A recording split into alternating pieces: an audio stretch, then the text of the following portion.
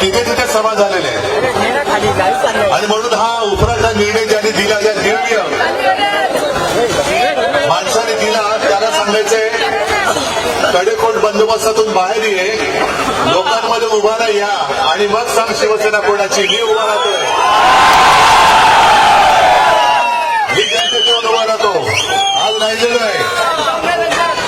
पण पोलिसांना बाजूला ठेवायचं आणि जनतेत जाऊन उभं राहून सांगायचं की शिवसेना मिंदेंची, मग जनता काय करते ते बघेल.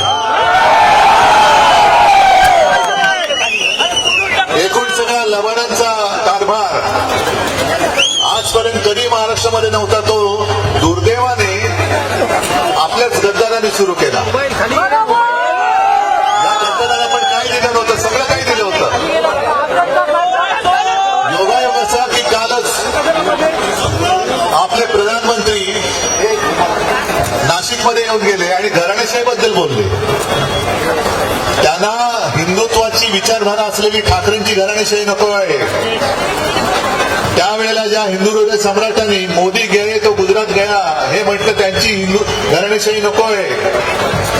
मोदी पंतप्रधान व्हावेत म्हणून ज्या उद्धव ठाकरेंनी त्यांच्या संमतीपत्रावर सही केली, ती घराणेशाही नको आहे.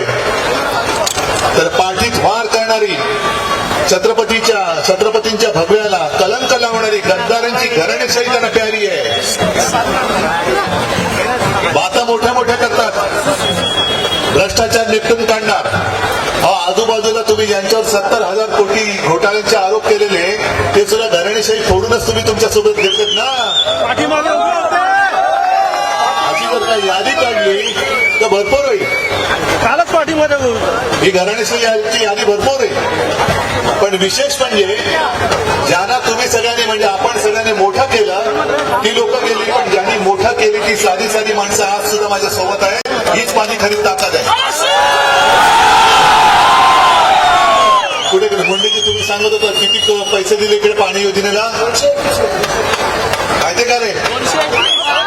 221 कोटी गेले पाण्यामध्ये. पाण्याचा कच्चा नाहीये, नाटकं करायला फार येतं त्यांना.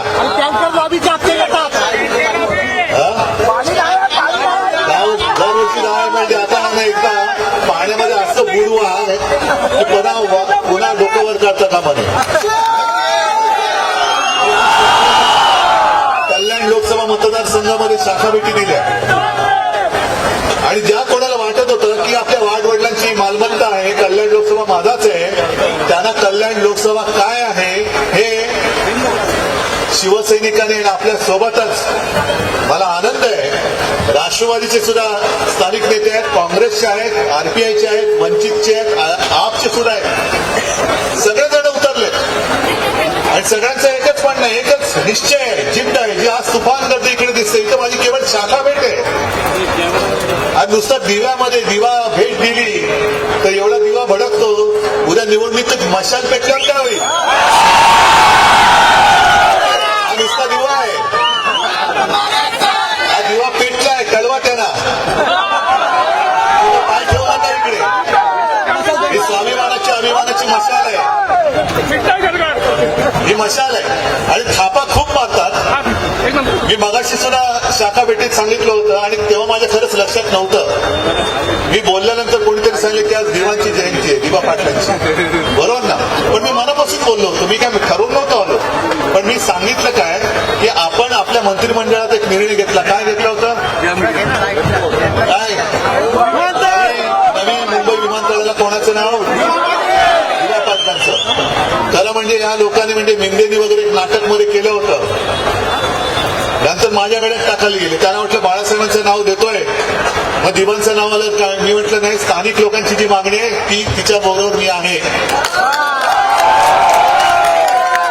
आज जवळपास दीड वर्ष होऊन गेलं, दिवा पाटलांचं नाव अजूनही पत्ता नाहीये. संभाजीनगरच्या विमानतळाला छत्रपती संभाजी महाराज विमानतळ असं नाव द्या हे आपण जाहीर केलंय, त्याचा अजून पत्ता नाहीये. काल अटल सेतूचं उद्घाटन केलं, लोकार्पण केलं. कुठे अटलजींचा फोटो आहे? अटलजींचा फोटो कुठे दिसला तुम्हाला? जाहिराती दिसला? त्या सेतूवरनं कोण चालत होतं एकटं? अटलजींचा भाजप आहे. कोणतरी पण म्हटलं, कारण जो हिंदू हृदय सम्राट समृद्धी महामार्ग आहे त्याच्यावर म्हणे बाळासाहेबांचे फोटो कुठे आहेत?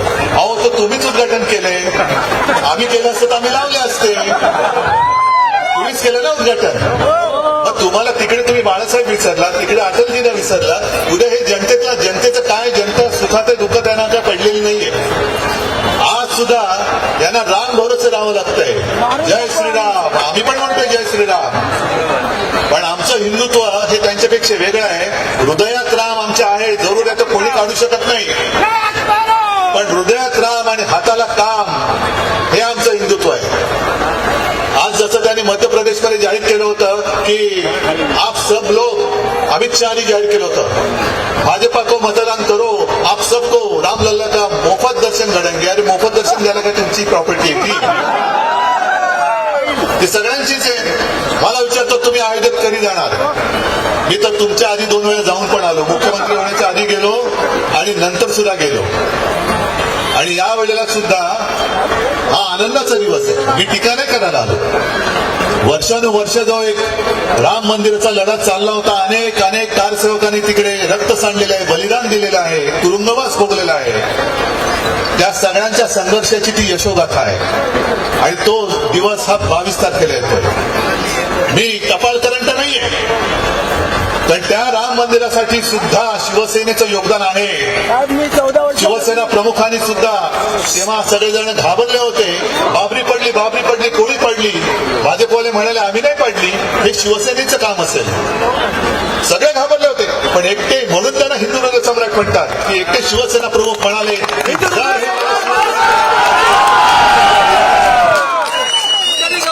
याला म्हणतात हिंदू सम्राट.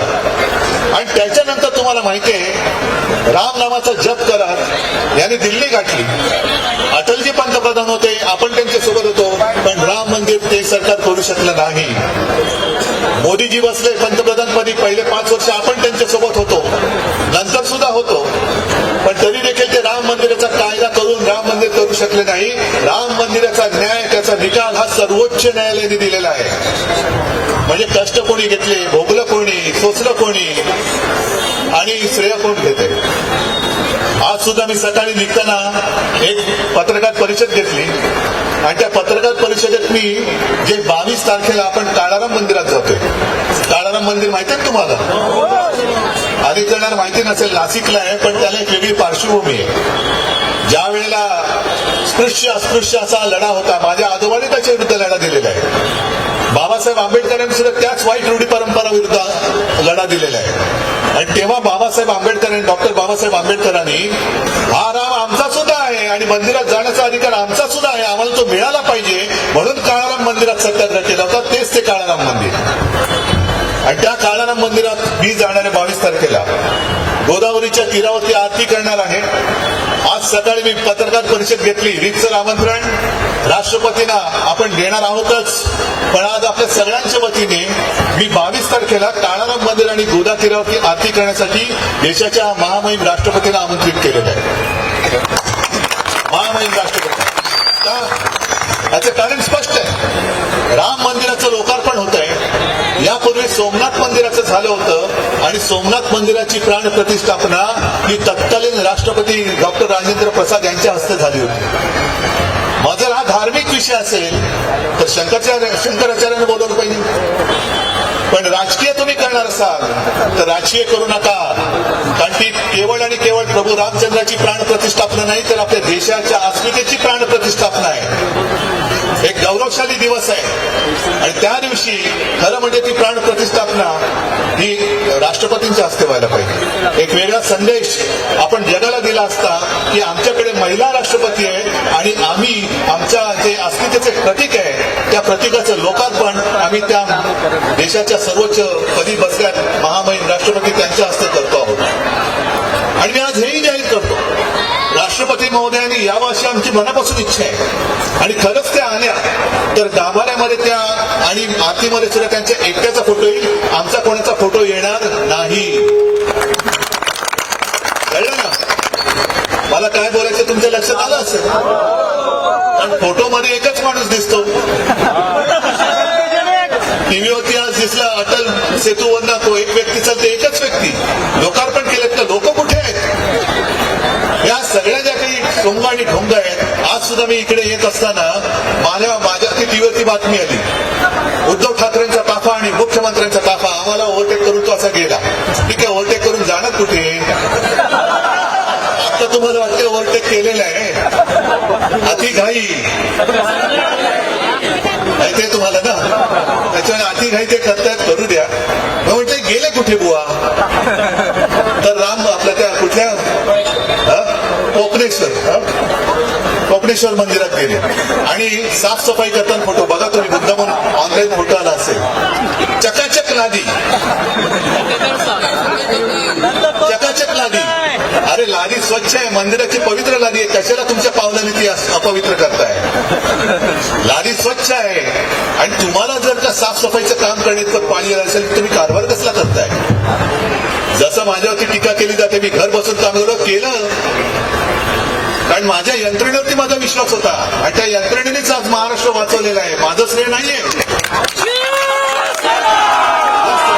कामगार वगैरे असताना सुद्धा साफ केलेली लादी मुख्यमंत्री पुसत असतील, पंतप्रधान पुसत असतील, तर या सगळ्या फाकड कथा हे आमचं हिंदुत्व नाहीये. नुसतं लादी स्वच्छ करणं हिंदुत्व नाही, मन आणि आमचं हृदय सुद्धा स्वच्छ आहे. तसं स्वच्छ हृदय असेल तरच ते हिंदुत्व खरं आहे. आणि म्हणून आज तुम्ही सगळेजण एकवटलेले आहात, तुमच्यावरती एक जबाबदारी टाकतोय, पार पाडणार. कारण कल्याण लोकसभा मतदारसंघ हा एक वेगळा आहे. देशाच्या लोकसभेत 500-550 खासदार आहेत, किती आहेत? 500च्या वरती. पण सगळ्या देशाचं लक्ष या कल्याणकडे असणार आहे, कारण कल्याणमध्ये गद्दारांची घराणेशाही गाडून टाकायची आहे. गद्दार घराणेशाही, आणि ती गाणं अशी गाणं की छत्रपती शिवरायांच्या पवित्र भगव्याला ज्याने कलंक लावला, गद्दारीचा कलंक. इतिहासात गेलं तर गद्दारांना काय काय सजा दिली छत्रपती शिवाजी महाराजांनी वाचलं तर कळेल. पण या निवडणुकीत ही गद्दारांची घराणेशाही अशी गाडा की पुन्हा महाराष्ट्रामध्ये गद्दारांची पिलावळ जन्माला येता कामा नये आणि त्याच्यासाठी आजपासून कामाला लागा. देश विदेशातील प्रत्येक घडामोडींचे लाईव्ह अपडेट मिळवण्यासाठी आता साम टीव्हीच्या सर्व सोशल मीडिया प्लॅटफॉर्मला लाईक, फॉलो आणि सबस्क्राईब करा.